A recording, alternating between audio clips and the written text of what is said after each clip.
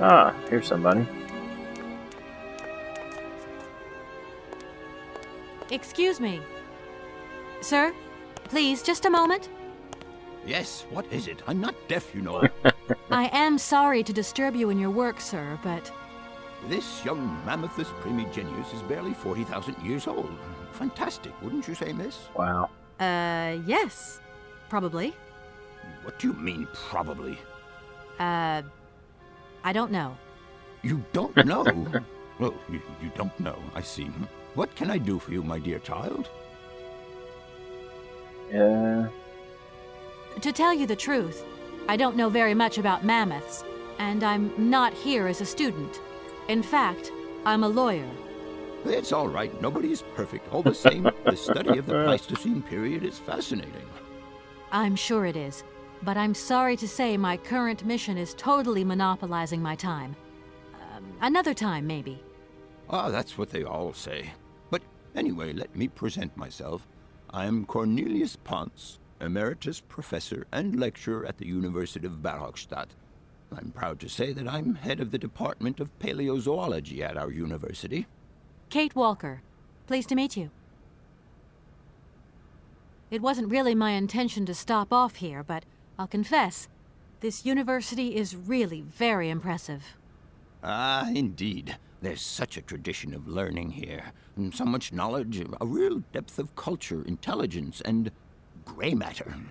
I myself did my studies here and never left. Actually, I'm here because I've been summoned by the rectors of the university. Oh, I see.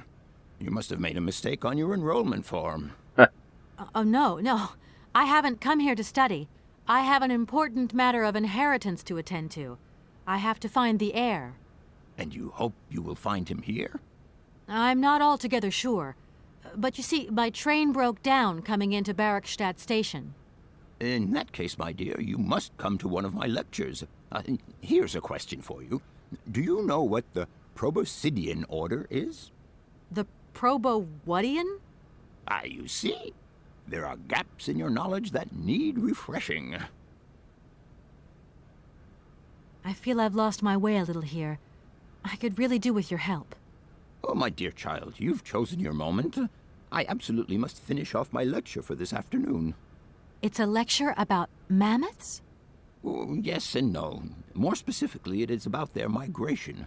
Do excuse me, I need to concentrate. To tell you the truth, I'm looking for Mr. Hans Vorarlberg. He's the sole heir of a very unusual factory. My company is in charge of negotiations for the takeover of this factory. At last word, he was living in Syberia, so as soon as my train is ready, I'll be continuing my journey eastwards. Syberia. Ah, Syberia. But what was it you said again? Said what? You mentioned a name. The person you are looking for. Vorarlberg. Hans Vorarlberg. Do you know him? Hans Vorarlberg. How could I forget him? Such an extraordinary fellow. So inventive. We shared a passion for mammoths, you know, and we bonded over this passion. Without it, I confess, I would have had little to do with an odd, ageless retard like Hans. At the time, we were both students.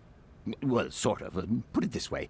Hans had special permission to attend paleontology lectures. You see, he didn't really have the necessary qualifications. In exchange, Hans did a few odd jobs around the university. Your Hans Vorarlberg sounds uncannily like the one I'm looking for. I'm not except sure, for the my retarded dear. part. Hans was above all questions of money and business. Just to imagine him running a factory, perish the thought. Can you tell me a little bit more about him? He was always a mystery to me. He never said very much, never quite seemed to grasp what you said to him. He expressed himself instead through his incredible mechanical contraptions. His inventions, I admit, have been much appreciated by the university. The few times we really did talk, it was about his strange interest for mammoths and a doll. Some sort of doll that obsessed him. A doll, you say? Yes, he kept talking about it. One day he described it to me. a sort of children's toy. A miniature mammoth mounted by a mount. It appears he found it in a cave not far from his home. The event all sounds very dramatic. His account was slightly confused, but it awoke a great interest in me. What do you mean? To my knowledge, there was only one tribe who made figurines featuring a mouth, and that tribe is the Yukols. They live in the farthest reaches of Syberia, and for them, the dolls constituted a sacred object, illustrating one of their central legends. How such a doll made the journey from the frozen Siberian north to a cave in the French Alps is a mystery to me. Even today, it is beyond my comprehension. Have you considered that Hans Vorarlberg was maybe making it up? You said yourself he didn't seem to have all his mental facilities intact. No, that's impossible. Hans couldn't invent the story like that. The doll is a sacred part of the Syberia legend. He described it to me in exact detail. Syberia itself is a chimera that paleontologists of the world are very fond of pursuing. So those people that made the doll, we'll be hearing about those later. Maybe in the second game if I decide to let's play it, or if this one's popular Arriving enough. in Barrackstadt is an amazing experience. I've never seen such a station. You came by train? Yes, in a kind of clockwork train with a spring mechanism that winds down regularly. You mean you drive a train? Young ladies of today never cease to amaze me. Oh, no, I'm not the engineer. The train's engineer is actually an automaton. I am sorry, all this probably sounds very strange. A clockwork train, driven by an automaton. I once knew a man long ago who could have invented such a train. It was he who designed the bandstand in the main square. To think that he was even capable of creating such a gadget. He was astounding, a true genius. But oddly, at the same time, he was also almost a child. It was as if his mental and physical evolution had definitively halted at the age of 10. Can you believe that? Yeah, I can believe it. Yes. I think I can believe that. At least I'm beginning to. My train stopped in a peculiar aviary. It's very odd. A lot of bird species seem to seek harbor there. Ornithology is far from being my favorite subject, but I must concede that the station is the pride of the university. It was initially intended for teaching purposes, but then birds started arriving from all around the world. It seems that there are still rare species breeding there and flourishing. Are there? Can you give me an example? I have been told about a kind of bird with peculiar habits. Let's see now, the Amazon cuckoo, that's right.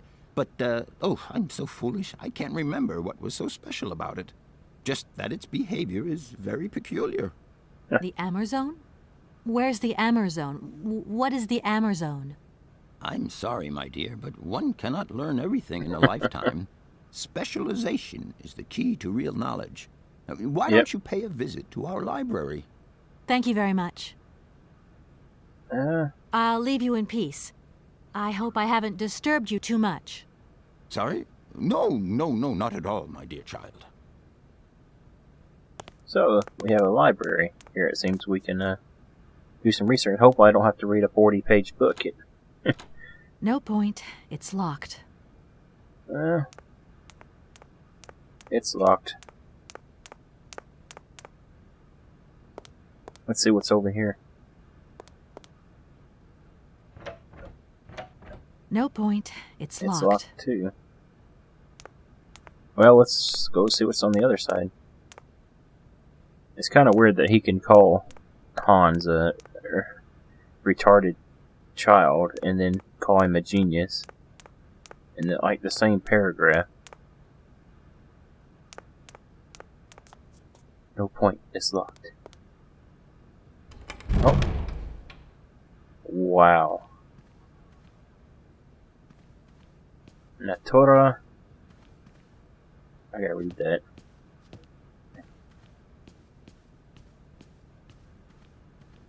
Natura non facit salut.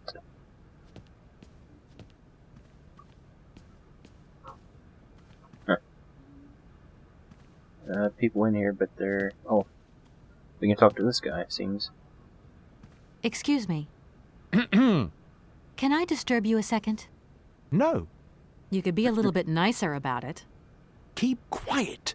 In case you haven't noticed, we're somewhere that requires silence and tranquility.